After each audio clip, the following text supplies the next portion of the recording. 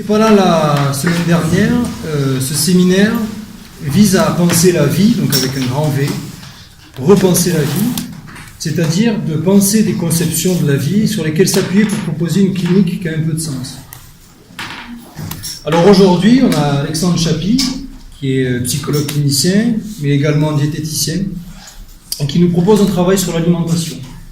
Donc qui a pour titre « Manger est-il devenu si compliqué ?» Alors, ce travail s'inscrit dans ce séminaire parce qu'il propose une pensée sur l'individu pris dans un système, dans une ethnie, une culture, qui propose des croyances et des modèles à suivre ou à ne pas suivre. Alors pour nous, cliniciens, je crois que c'est un aspect qui est particulièrement important parce qu'il s'agit d'entendre comment est-ce qu'un système peut favoriser des difficultés et comment un sujet n'existe pas sans ce qui le précède. Alors du coup, je te pose la question. Manger est-il devenu si compliqué ? Je crois, Arthur. Il me semble. Sans doute, vous êtes déjà posé la question de savoir si le gluten était mauvais, si les produits laitiers donnaient le cancer. Et c'est donc de notre rapport quotidien à l'alimentation dont je vais vous parler aujourd'hui. Et au regard de ce rapport, qui va devenir de plus en plus spécifique, marqué par les nombreux régimes qui ne cherchent plus forcément à faire perdre du poids, on se retrouve à devoir questionner notre pratique et nos cliniques.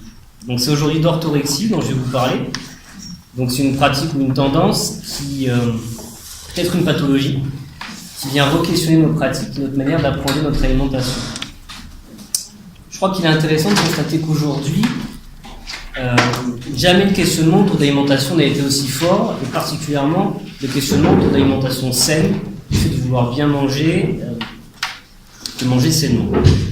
Et sans doute ce questionnement, il va nous amener à repenser notre rapport et notre lien à l'alimentation.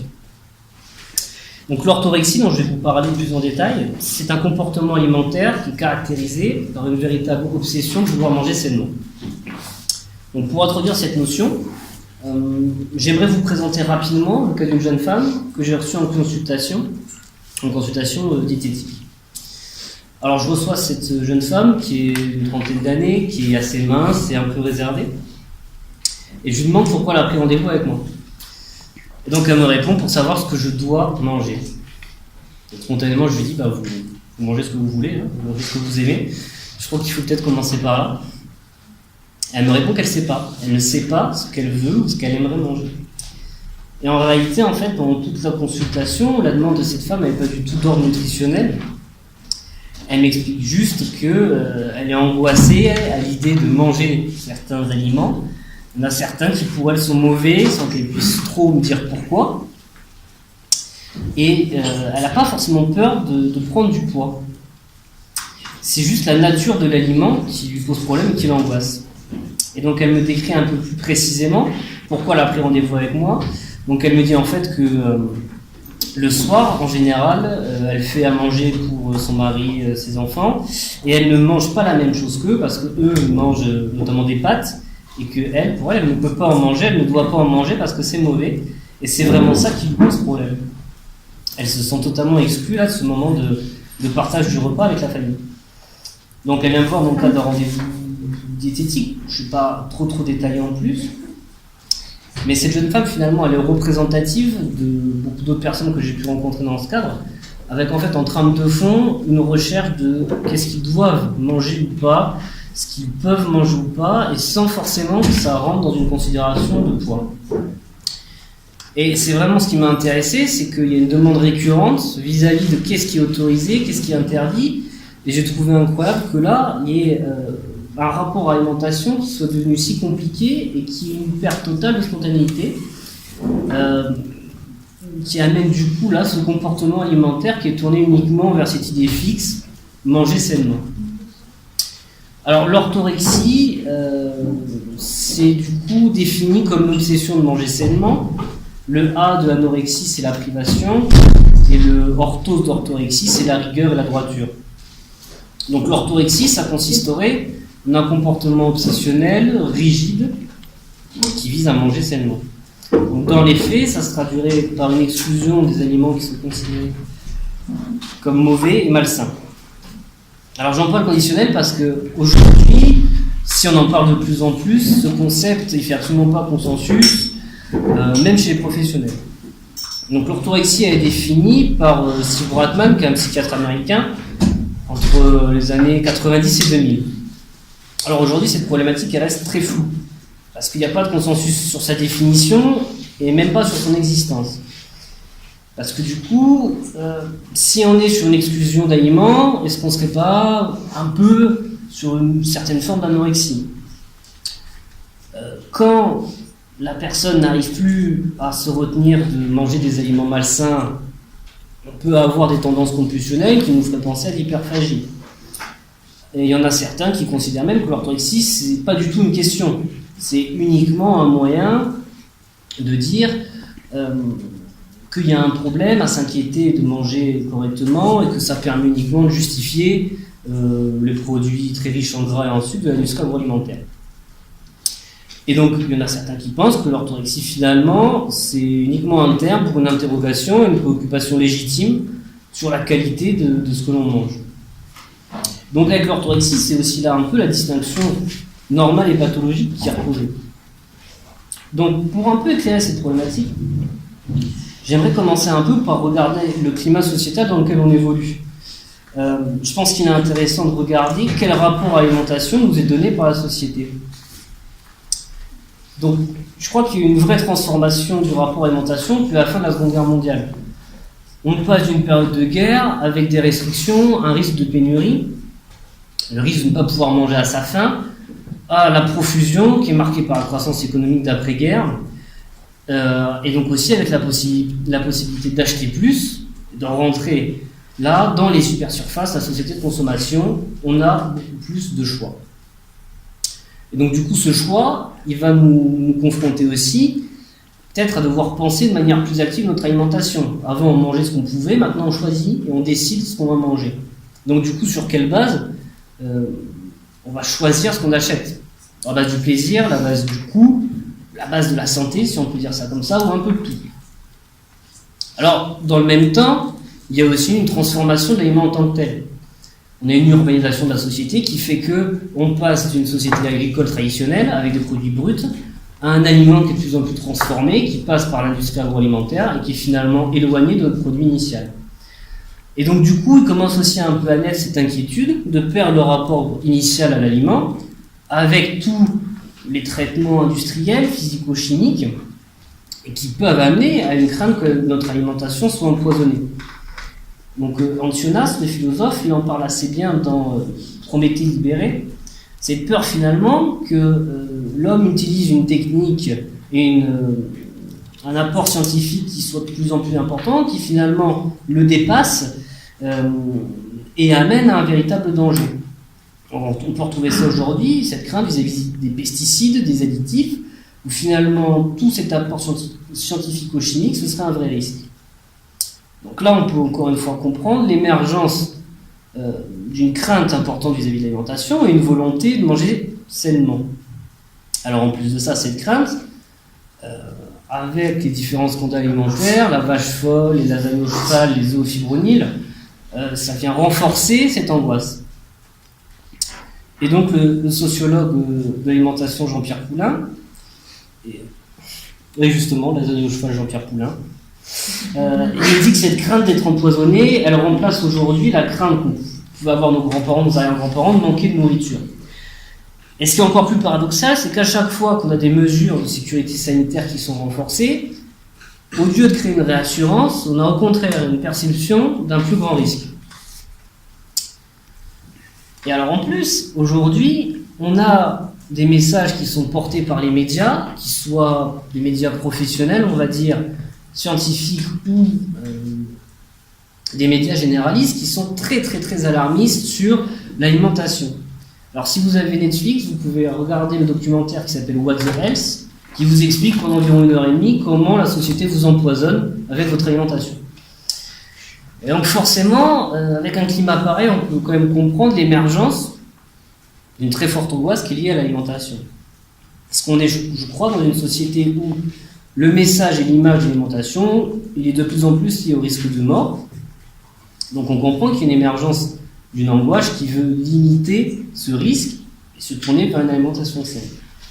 En plus, on sait, c'est vrai, que là aujourd'hui, les maladies qui sont les plus mortelles en France, obésité, cancer, hypertension artérielle, diabète de type 2, le facteur alimentaire est un des premiers facteurs de risque.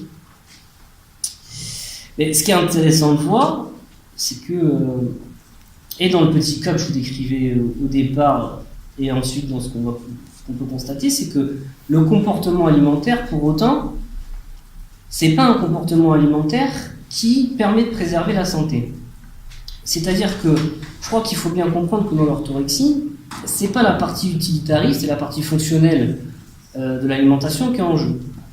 Il y a eu il n'y a pas si longtemps le cas d'un nourrisson qui est mort parce que sa mère, considérant que le lait était mauvais pour la santé, ne lui en a pas donné, lui a donné du lait végétal, du coup l'enfant est mort. Pour elle, c'est assez logique, le lait c'est poison, c'est malsain, on l'exclut. Et donc finalement, en fait, là, on se rend compte que manger sainement, en tout cas avoir l'obsession de manger sainement, ça ne se traduit pas dans les faits par un comportement alimentaire qui soit protecteur d'un point de vue santé. Parce que manger sainement d'un point de vue nutritionnel physiologique, c'est rien de plus que l'équilibre alimentaire. 5 fruits et légumes par jour, pas trop de gras, pas trop de ceci, rien d'exceptionnel. Il n'y a pas du tout d'aliments qui est exclu, tout est une question de quantité. Et en fait, avec l'orthorexie, on se retrouve au contraire avec une alimentation qui est très loin de ces recommandations de santé-là. Et donc en fait, l'orthorexie, c'est pas un comportement alimentaire qui soit extrêmement rationnel et qui s'intéresse qu'à la fonction santé de l'alimentation.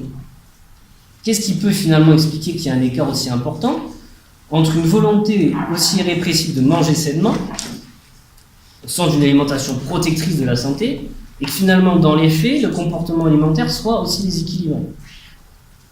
Je crois que si on arrive à exclure du lait pour un enfant, être angoissé l'idée de manger des pâtes, c'est peut-être qu'il s'agit plus d'un surinvestissement de la valeur symbolique que peut avoir l'alimentation, qui va peut-être venir cristalliser diverses angoisses, plutôt qu'une volonté rationnelle de manger sainement. Les 3 essais sur la théorie sexuelle, par étayage sur la fonction physiologique de l'alimentation. Donc, ici, l'alimentation, elle répond à l'angoisse, à la détresse originelle, mais elle est aussi au centre de tout le développement et de toute l'activité psychique.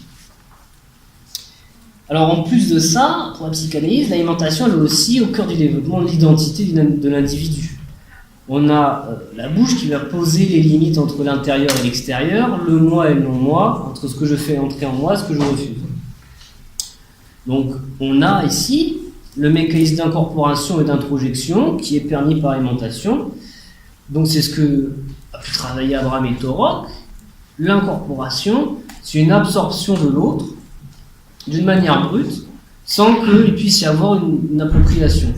Il y a une partie de l'autre qui va venir en moi. Alors, pour faire une dans l'introjection, c'est l'étape un petit peu au-dessus.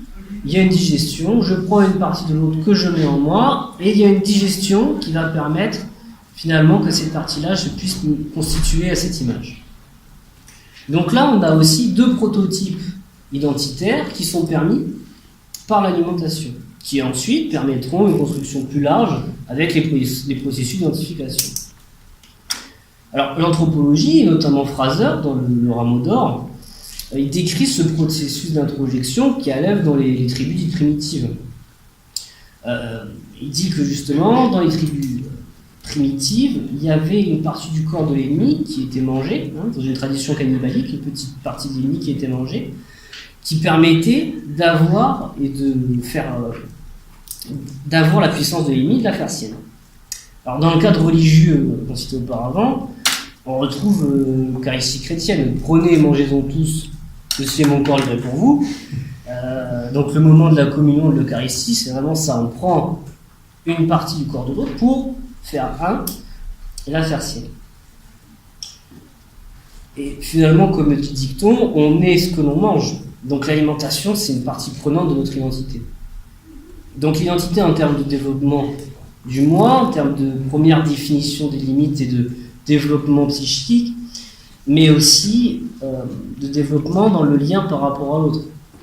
Le premier rapport alimentaire, ça va entraîner le contact, le nourrissage de l'enfant, peau à peau avec la mère au environnement pour Winnicott, et donc du coup, il y a un lien privilégié là qui se fait entre l'enfant et sa mère. C'est le moment du tout déploiement de la fonction maternelle primaire, holding, handling, object presenting, là, qui vont permettre, lors de l'alimentation, le développement des premières assises narcissiques et la première construction du cerveau.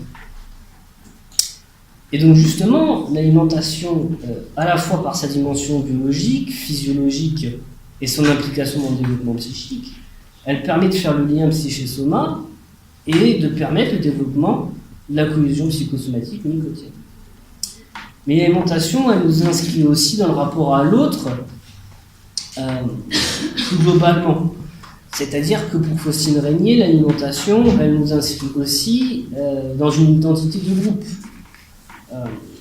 L'alimentation s'inscrit dans une tradition et dans des coutumes qui sont partagées ou pas. Et d'ailleurs, le terme copain signifie celui avec qui on partage le pain. Et oui. Donc là, on peut quand même bien se rendre compte que l'alimentation a une place symbolique qui est particulièrement forte, et qui a aussi un lien important avec l'angoisse, la construction identitaire, que la construction identitaire soit dans un self, ou que ce soit une identité qu'on comprend dans une optique de groupe. Alors, sans doute que déjà, en ayant maintenant cet arrière-plan un peu sur la valeur symbolique de l'alimentation, on peut un peu mieux comprendre les mécanismes orthorexiques. On a dans l'orthorexie cette angoisse de mal manger, de manger des aliments malsains, et une obsession de manger des aliments sains. Donc, on est ici dans ce qu'on appelle le clivage de l'objet, c'est-à-dire que l'aliment il est scindé en deux, sain ou malsain, avec une incapacité totale de penser le compromis, l'entre-deux, l'ambivalence. Là, ça nous rapporte à ce qu'explique Mélanie Klein dans la position schizoparanoïde, au moment de l'oralité, donc le développement de l'enfant. Dans la théorie kleinienne, en fait, l'enfant il va ressentir des sentiments ambivalents pour sa mère, qui alors est perçue en tant qu'objet partiel, uniquement le sein, parce que l'enfant ne peut pas percevoir la mère globalement. Et donc, il va ressentir de l'amour quand le sein va venir apaiser l'angoisse et être source de plaisir lors de l'alimentation, mais aussi une haine très forte quand la mère va partir, donc lui ce qu'il perçoit du sein, qui s'en va, parce qu'il y a une frustration de l'enfant à ce moment-là.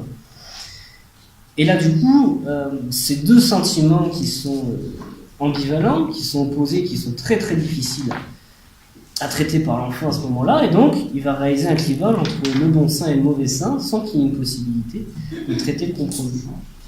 On retrouve chez l'orthorexique ce même mécanisme. On pourrait penser qu'il y a un clivage entre les aliments sains, les aliments malsains, avec peut-être une projection, peut-être plus une projection d'angoisse qu'une projection de haine, et sur les aliments qui sont évités à tout prix.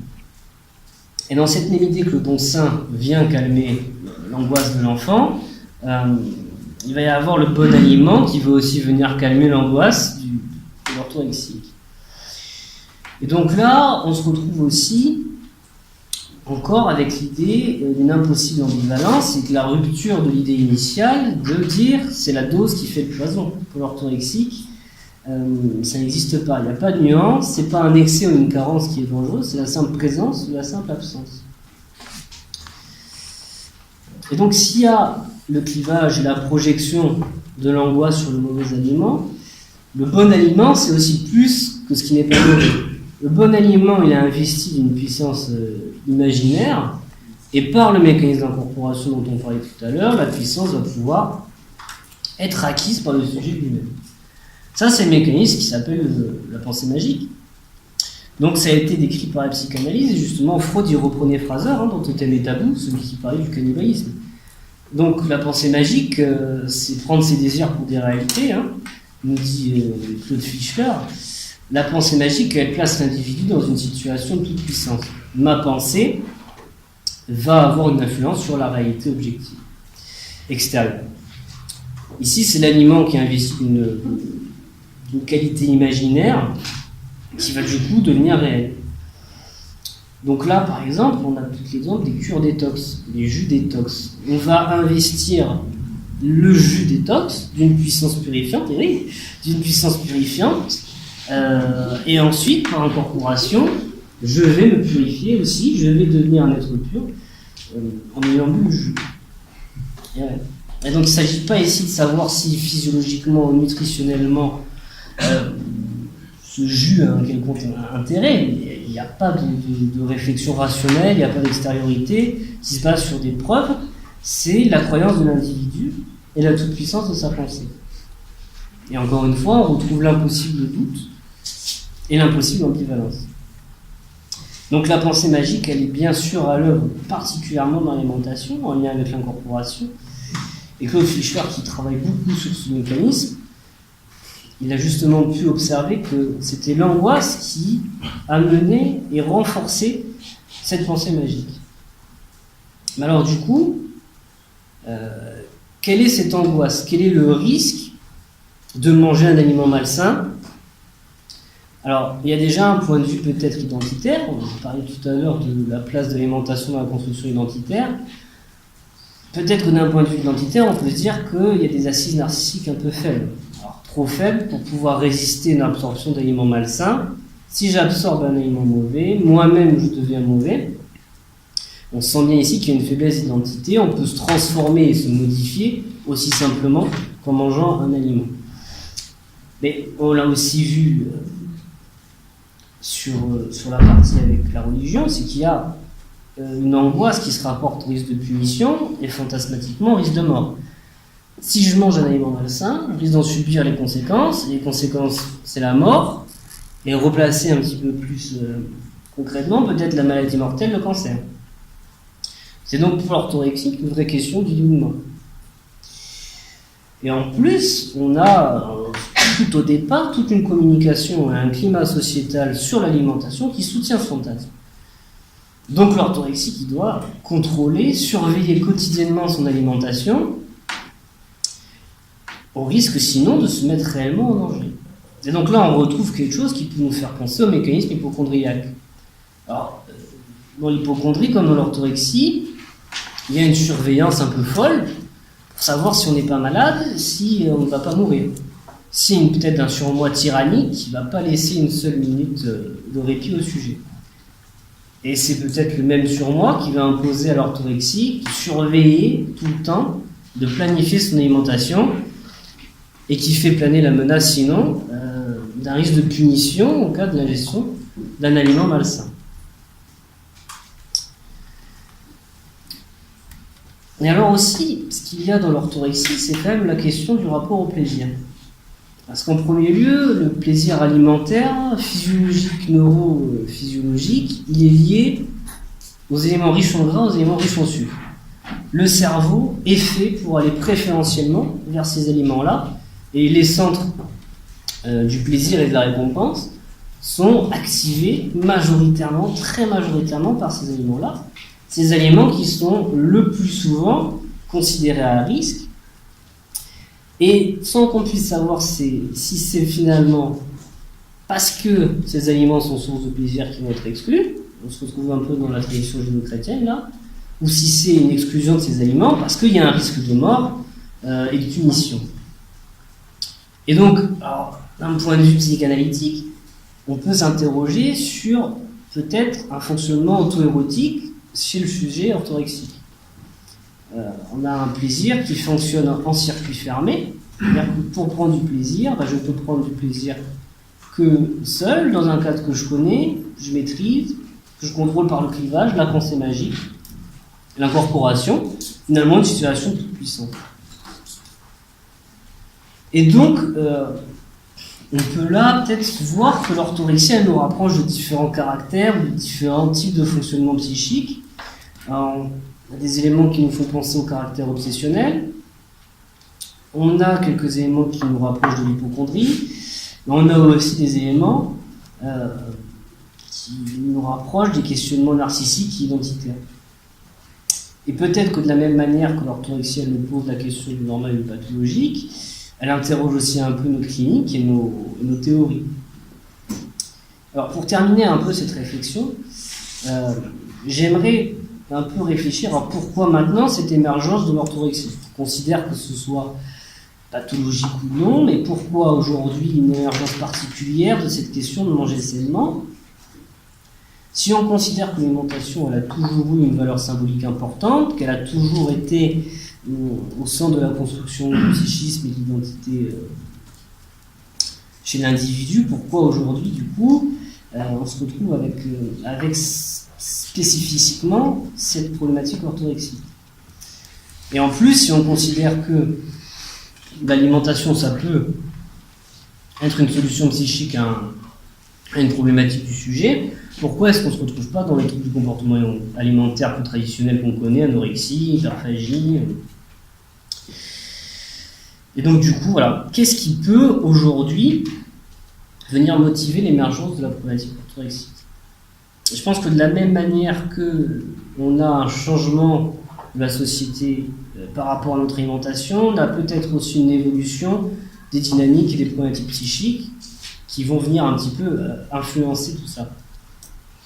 L'entrée de la société dans la société de consommation, la fin des grands modèles religieux et politiques et la mise en avant de l'individualisme, c'est peut-être le support de nouveaux types de fonctionnement psychique. Vincent Gogela qui nous parle d'une injonction à être dans une société hyper moderne où le sujet est en proie à des pertes de sens à cause de contradictions, beaucoup plus de moyens de transport mais de moins en moins de temps, beaucoup plus de richesse et de confort mais aussi beaucoup plus de pauvreté et d'inégalité. On se retrouve avec des dualités d'extrêmes où la nuance, l'entre-deux et le compromis semblent de plus en plus difficiles à trouver, un peu comme chez l'orthorexie. Mais la société hypermoderne, elle met aussi au premier plan des difficultés identificatoires. Jean-Pierre Lebrun, dans Malaise dans la subjectivation, va nous décrire comment aujourd'hui on a une construction identitaire qui est fragilisée, qui est de plus en plus difficile, avec l'individualisme et le culte de la performance en premier plan. Alain Ehrenberg, dans L'individu incertain, il nous explique que cette inflation narcissique et individualiste, elle s'accompagne aussi d'une exigence accrue de responsabilité. Et Marcel Gaucher, en reprenant des idées de Lacan sur la désinstitutionnalisation de la famille, montre qu'il y a quand même une tendance à la désymbolisation dans la société moderne qui influence profondément le rapport à l'autre et le rapport à soi. Alors dans ce contexte, c'est sûr qu'on peut peut-être aussi un petit peu faire des liens avec l'orthorexie. L'orthorexie qui subit et supporte cette responsabilité dont nous parle Alain Ehrenberg, la responsabilité d'être sain et d'éviter des aliments malsains. Et cette responsabilité aussi qui fait planer l'angoisse de l'échec et de la punition qui est particulièrement importante. Et dans aussi ce contexte fragilisation d'une construction identitaire, on peut comprendre que l'orthorexie peut venir peut-être y répondre. Mais aussi une solution identitaire, on va dire subjective, mais une solution identitaire qui est liée au groupe. En adoptant telle ou telle alimentation saine, le régime paléolithique c'en est un très bel exemple, j'ai une place et je m'inscris dans un partage communautaire. J'ai des livres de recettes, je participe à des ateliers paléo, à des rencontres paléo, à des pique-niques paléo. J'ai vraiment une place et un partage particulièrement important. Et face à la crise du symbolique dont nous parlent Lacan et Marcel Gaucher, on a vu quoi d'autre que l'alimentation pour venir remplir cette fonction carencée. Et c'est donc tant par les nouvelles dynamiques psychiques qui mettent au centre du problème la question d'identité, du lien à l'autre et de la construction symbolique, que par une nouvelle place et un nouveau rapport à l'alimentation, que l'orthorexie vient prendre finalement une place et apporter une solution assez efficace qui peut peut-être, à l'image de tout comportement, devenir pathologique ou pas, selon ce qu'en fait le sujet. C'est tout pour moi.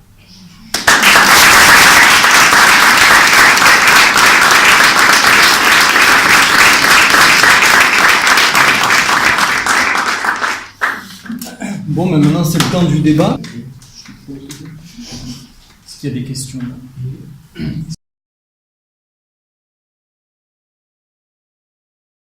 Ce que je disais au départ, c'est que c'est très compliqué parce qu'il n'y a pas de consensus sur ce que c'est.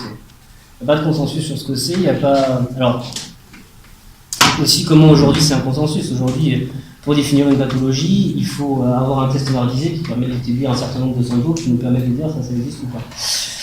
Alors, il y a un test qui s'appelle l'Ortho 15 qui a été mis en place, mais il y a très peu de gens qui l'utilisent. Et aujourd'hui, le débat de savoir si c'est vraiment une pathologie, si c'est vraiment une problématique, avec ce questionnement-là aussi, de dire oui, mais finalement, s'interroger sur son alimentation, il était temps, ça fait que il n'y a pas beaucoup de chiffres sur l'orthorexie. Il y en a, mais ils sont très critiqués, quoi. Ils sont très très critiqués. Je crois qu'il y a quelques études et quelques professionnels qui ont tendance à dire que, en tout cas, la question et l'interrogation de manger sainement, avec associé à ça une certaine rigidité et une certaine exclusion de certains aliments, c'est de plus en plus présent. Après, maintenant quelle place ça a, c'est toujours en suspens et c'est toujours en travail. Si moi je me permets d'intervenir là-dessus, on le voit hein, sur les réseaux sociaux, sur YouTube, etc., etc. Il y a de plus en plus la question de bien manger, être parfaitement sans gras, sans machin, etc. C'est l'explosion des corps parfaits, quoi. Et le truc de bien manger, il y a des chaînes YouTube qui sont vachement connues et qui marchent super bien et qui expliquent comment est-ce qu'il faut manger, quelle dose d'eau on doit avoir dans le corps. Je regardais la dernière fois une vidéo d'un mec qui faisait bodybuilding. Voilà, du bodybuilding. J'ai perdu, mais oui, du bodybuilding. Il expliquait qu'il savait exactement la dose d'eau qu'il avait dans le corps. Et en fait, il avait je sais pas combien de followers, parce que tout le monde veut savoir ce qu'il a mangé, quelle dose de gras il a, est-ce qu'il a mangé trop de glucides le matin, est-ce qu'il faut qu'il mange des flocons d'avoine à 3 heures au lieu de manger à midi. Enfin,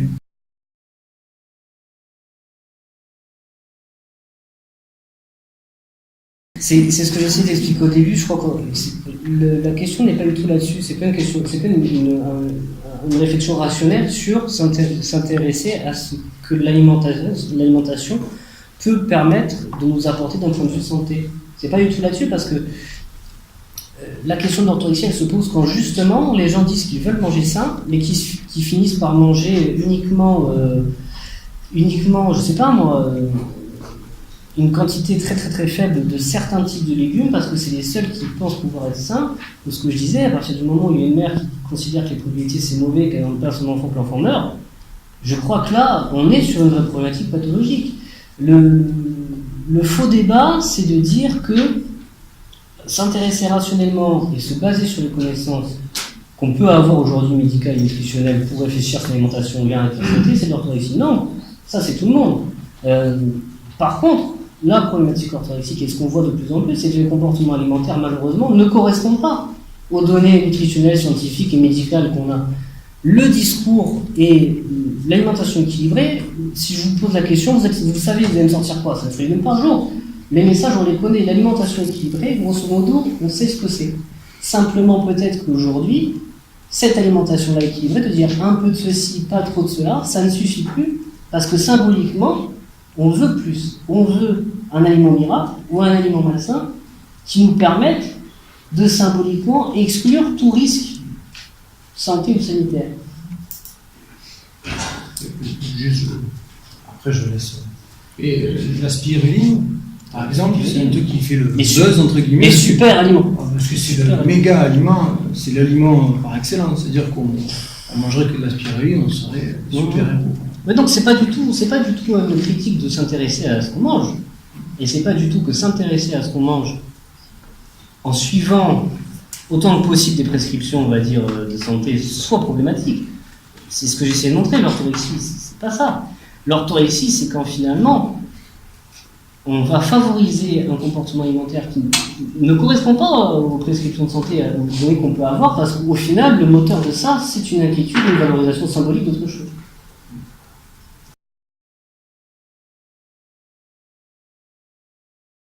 Sur l'aliment performance, mais je crois qu'on est dans une société de la performance, et maintenant la santé, c'est aussi de la performance, je crois. C'est que il y a une injonction à être en bonne santé, et donc du coup, il y a ce que disait Alain Ehrenberg, là, on a une responsabilité accrue, quoi. Comme si on avait toutes les armes et tous les moyens de pouvoir être en bonne santé. Alors évidemment, c'est pas si simple que ça, et donc l'alimentation est en premier plan. Bon, c'est plus sur la performance globale, quoi. Maintenant, on doit être performant à tout niveau, même sur un niveau santé. Là où je te rejoins, quoi.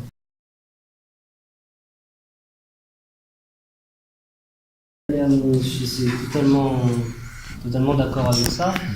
Et il y a un point qui est particulièrement délicat sur l'orthorexie.